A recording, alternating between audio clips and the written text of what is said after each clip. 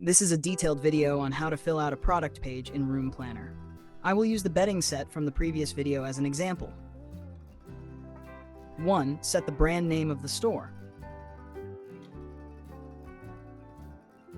2. Copy and paste the product link. 3. Choose a currency and set the price.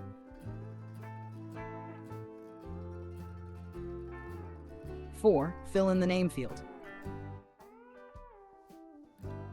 Click Add Product Info to include additional details. Collection.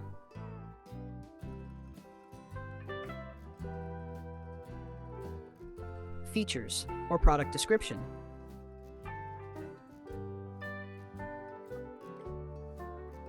Designer, manufacturer or designer's name.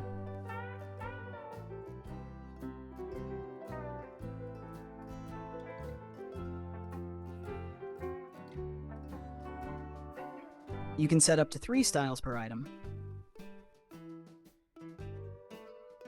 Done.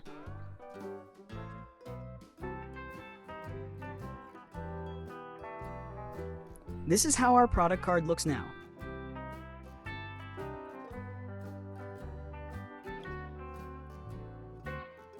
If you click the Find Store button, the app will redirect you to the product page.